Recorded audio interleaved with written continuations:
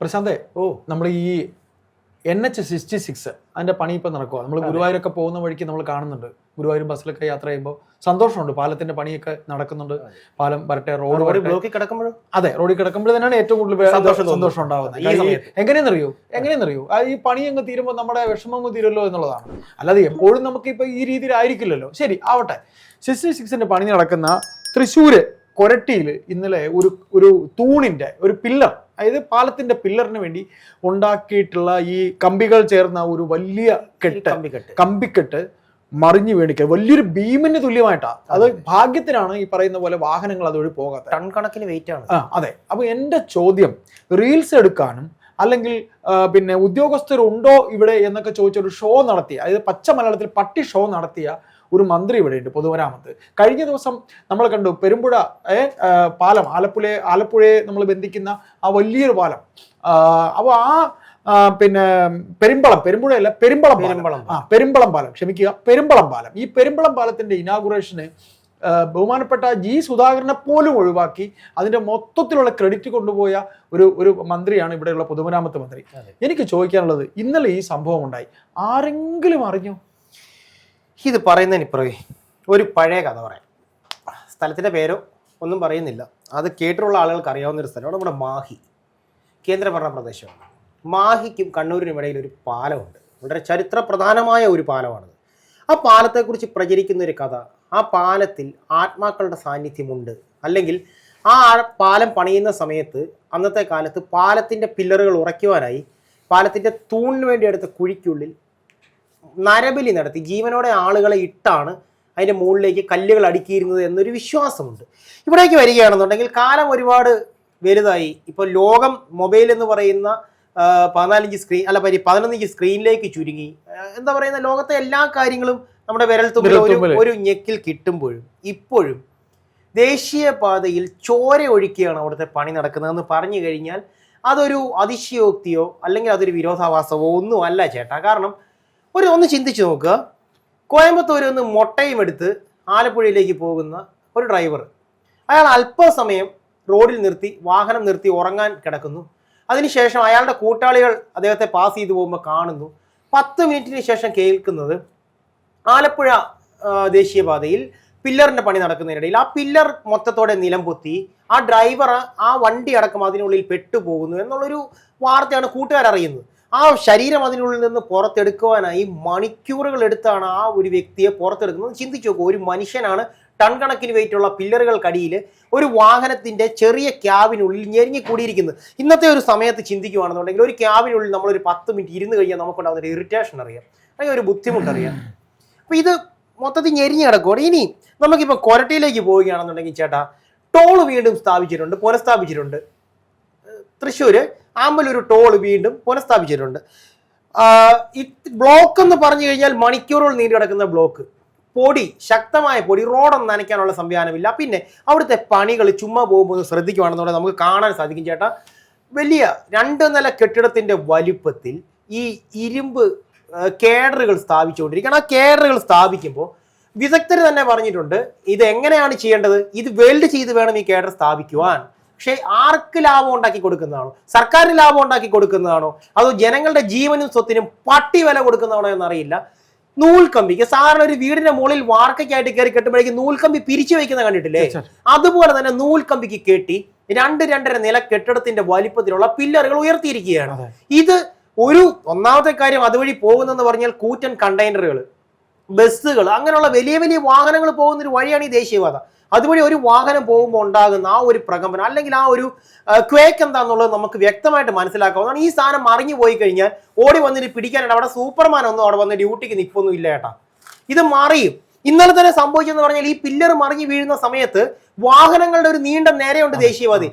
എന്തോ ദൈവഭാഗ്യമെന്ന് തന്നെ പറയണം. അല്ലെങ്കിൽ ഇന്ന് ഈ ഒരു സമയം നമ്മൾ ചർച്ചയ്ക്ക് ഇരിക്കേണ്ടത് ആ ഒരു വലിയ ദുരന്തത്തെ പറ്റിയാണ്. എന്താ പറയുന്നത്, ബസ്സുകൾ പോകുന്നു, കാറുകൾ പോകുന്നു, ബൈക്കുകൾ പോകുന്നു. ഇത് മറിഞ്ഞു വീഴുവാണെങ്കിൽ ചേട്ടാ ഒരു ചെറിയൊരു ഏരിയയിലോട്ട് അല്ല ഇത് വന്ന് വീഴുന്നത്. ഇത് വന്ന് വീഴുന്നതെന്ന് പറഞ്ഞാൽ 3-4 വലിയ വാഹനങ്ങളെ ഒന്നാകെ അടിച്ച് തകർത്തുകൊണ്ടായിരിക്കും ഈ ഒരു സാധനം വീഴുന്നത്. തലമുടി നാരിഴയ്ക്ക് ഒഴിവായി പോയൊരു അപകടം. എന്ത് സുരക്ഷാ മാനദണ്ഡങ്ങൾ പാലിച്ചാണ് ദേശീയപാത നിർമ്മാണം നടക്കുന്നതെന്ന് പറയുന്നത്. എന്ത് സന്തോഷം തോന്നുമെന്നാണ് പറയുന്നത്? ഒരു സന്തോഷവും തോന്നുവാനില്ല.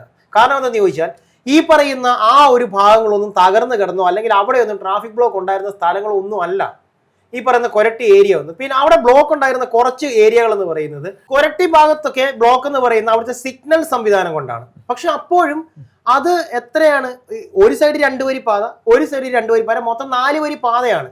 അങ്ങനെ ഒരു ബ്ലോക്ക് ഒന്നും ഉണ്ടാവില്ല. പോരാതെ തന്നെ മൺമാർജിൻ ഉണ്ട് വാഹനങ്ങൾ കടന്നു പോകാനായിട്ട്.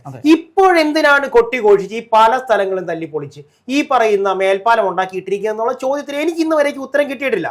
യാതൊരുവിധ ദേശീയപാതയിൽ യാതൊരുവിധ തടസ്സങ്ങളും ഇല്ലാതിരുന്ന ഭാഗത്ത് മേൽപ്പാലം പണി നടക്കുന്നു. ഇതിൽ ഒരു കാര്യം നമ്മൾ പറയേണ്ടി വരും. അതായത് ഈ ഭരണത്തിന്റെ തുടക്ക നാളിൽ ബഹുമാനപ്പെട്ട മുഖ്യമന്ത്രി ഒരു 2ാം നിര ടീമിനെയാണ് മന്ത്രിമാരായിട്ട് കൊണ്ടുവന്നത്. അതുകൂടെ നമുക്ക് പറഞ്ഞുകൊണ്ട് ഈ സംസാരം അവസാനിപ്പിക്കാം. ഞാൻ ആ വിഷയത്തിലേക്ക് നമുക്ക് എത്തിക്കാം. അത് ഇതും കൂടെ ഒന്ന് പറഞ്ഞാലേ അതിന്റെ നമ്മുടെ സംസാരം കംപ്ലീറ്റ് ആവുള്ളൂ. മുഹമ്മദ് റിയാസ് ഇരിക്കുന്ന ഈ പൊതുമരാമത്ത് വകുപ്പ് ജി സുധാകരൻ കൈകാര്യം ചെയ്യുന്നില്ല, നിങ്ങൾക്ക് അറിയാമല്ലോ. എനിക്കറിയാം. ഇനാഗുറേഷൻ സംബന്ധിച്ച് അദ്ദേഹത്തെ വിളിച്ചില്ല. റീൽ ഷോ അല്ല അവിടെ നടക്കുന്നത്. അത് മാത്രമല്ല, റിയാസ് ഇവിടെ ഇപ്പോ ബേപ്പൂർ മത്സരിക്കാൻ പോവുകയാണ്, കോഴിക്കോട്. അദ്ദേഹത്തിനെതിരെ അൻവർ മത്സരിക്കുകയാണ്. അപ്പൊ നമ്മൾ പറയാനുള്ള ഒരു കാര്യം എന്ന് വെച്ചാൽ മുഖ്യമന്ത്രി അദ്ദേഹത്തിന്റെ മരുമകന് ഈ മുഖ്യമന്ത്രി പദം തരപ്പെടുത്തി കൊടുക്കുന്നതിന് വേണ്ടിയിട്ട് നീക്കിയ നീക്കങ്ങളുടെ ഫലം ആണ് അദ്ദേഹം മന്ത്രിയായി വന്നത്. അതൊക്കെ നമുക്ക് പിന്നാമ്പുറ കഥകളാണ്. ഇതിൽ നമ്മൾ പറയണമെന്ന് ചോദിച്ചാൽ പറയേണ്ടതില്ല, എന്നാലും പറയാതെ പോകാൻ കഴിയില്ല. അപ്പോ ഈ പറയുന്നതിൽ മലപ്പുറത്ത് ആ പാലം തകർന്നു വീഴുന്നൊരു സംഗതിയുണ്ട്, അതുകൂടെ പ്രശാന്ത് പറയണം. അല്ല ചേട്ടാ, അതിലേക്ക് വരുന്ന ഞാൻ അങ്ങോട്ടേക്കാണ് വരുന്നത്. ഇനിയിപ്പോ സംഭവിക്കാൻ പോകുന്നത് പറഞ്ഞു കഴിഞ്ഞാൽ ചേട്ടാ, ഇവിടുത്തെ നമ്മുടെ ദേശീയപാതയിൽ പാലക്കാട് ഈ പറയുന്ന അങ്കമാലി മുതൽ പാലക്കാട് വരെയുള്ള ഭാഗം എടുക്കുകയാണെന്നുണ്ടെങ്കിൽ മെയിനായിട്ട് നമുക്ക് ഈ പറയുന്ന മേൽപ്പാലം വേണ്ട 2 ഏരിയകൾ എന്ന് പറയുന്ന ഒന്ന് അങ്കമാലി ജംഗ്ഷൻ ഞാൻ മുൻപ് പറഞ്ഞിരുന്നു. പിന്നെ ഉള്ളത് ആമ്പലൂർ ടോളിന് തൊട്ട് മുമ്പ്.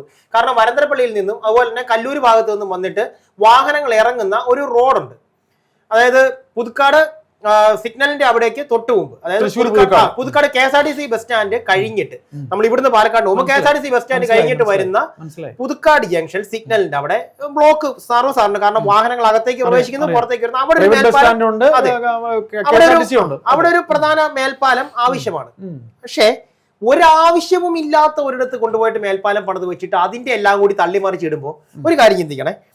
ഈ എട്ടുകാലി മമ്മൂഞ്ഞിനെ പോലാണ് എനിക്ക് ശരിക്കും പറഞ്ഞു കഴിഞ്ഞാൽ തോന്നുന്നത് നമ്മുടെ റിയാസിനെ തോന്നുന്നു. കണ്ടവന്റെ കുഞ്ഞിന്റെ തന്തയാകാൻ നടക്കുന്ന ഒരു അങ്ങനെ തന്നെ പറയണം. നിതിൻ ഗഡ്കരി എന്ന് പറയുന്ന കേന്ദ്രത്തിലെ ബഹുമാനപ്പെട്ട പൊതുമരാമത്ത് മന്ത്രി നിതിൻ ഗഡ്കരി നമ്മുടെ ചീഫ് മിനിസ്റ്ററുടെ ബഹുമാനപ്പെട്ട മുഖ്യമന്ത്രിയുടെ ക്ലോസ് ആണ്. ഞാൻ പറഞ്ഞിട്ടെ, ഞാൻ പറഞ്ഞു നിർത്തുന്നിടത്തേക്ക് വരുന്നത് പുത്രി വാത്സല്യം നല്ലതാണ്. പക്ഷെ ഒരു രാജാവിന് അല്ലെങ്കിൽ ഒരു ജനപ്രതിനിധിക്ക് പുത്രി വാത്സല്യം വന്നു കഴിഞ്ഞാൽ അത് ഭയങ്കര ബുദ്ധിമുട്ടുണ്ടാകുന്ന കാര്യമാണ്. പുത്രിയോടുള്ള അമിതമായ വാത്സല്യം കൊണ്ട് മരുമകനെ എടുത്ത് തന്റെ സ്ഥാനത്തേക്ക് ഇരുത്തുവാൻ വേണ്ടി കാണിച്ചു കുറെ കോമാളിത്തരങ്ങൾ. കൂരിയാട് കൊട്ടിഘോഷിച്ചു കൊണ്ടുവന്ന 6 വരി പാത എന്താ പറയുക, ചീട്ടുകൊട്ടാരം പോലെ തകർന്ന് നിലം പോലെ. ഉദ്ഘാടന മാമാങ്കത്തിന് ഉദ്ഘാടന മാമാങ്കം ദുരന്ത ഘോഷയാത്രയായ. കാരണം സ്കൂൾ ബസ് അടക്കമുള്ള വാഹനങ്ങൾ പോകുന്ന സമയത്ത് ഇടിഞ്ഞു താഴ്ന്ന എന്തോ ദൈവഭാഗ്യം, ഞാൻ മുൻപ് പറഞ്ഞ പോലെ എന്തോ ഒരു ദൈവഭാഗ്യം കൊണ്ട് തലമുടി നാരടിക്ക് രക്ഷപ്പെട്ടു പോയ ഒരു ദുരന്തം ഇന്നലെ ഇവിടെ സംഭവിച്ചിട്ടുള്ളത്, കൊരട്ടി സംഭവിച്ചിട്ടുള്ളത് അതുപോലെ തന്നെ ഒരു ദുരന്തം. 1 വഴിച്ചാൽ 3 എന്നാണ്. ഇനിയെങ്കിലും ഇതിന് കടിഞ്ഞാണിടാത്ത പക്ഷെ സംഭവിക്കാൻ പോകുന്നത് കേരളത്തിന്. അങ്ങനെ കേരളത്തിന് ഈ പറയുന്ന 1 മാസം തന്നെ ധാരാളമാണ് ചേട്ടാ.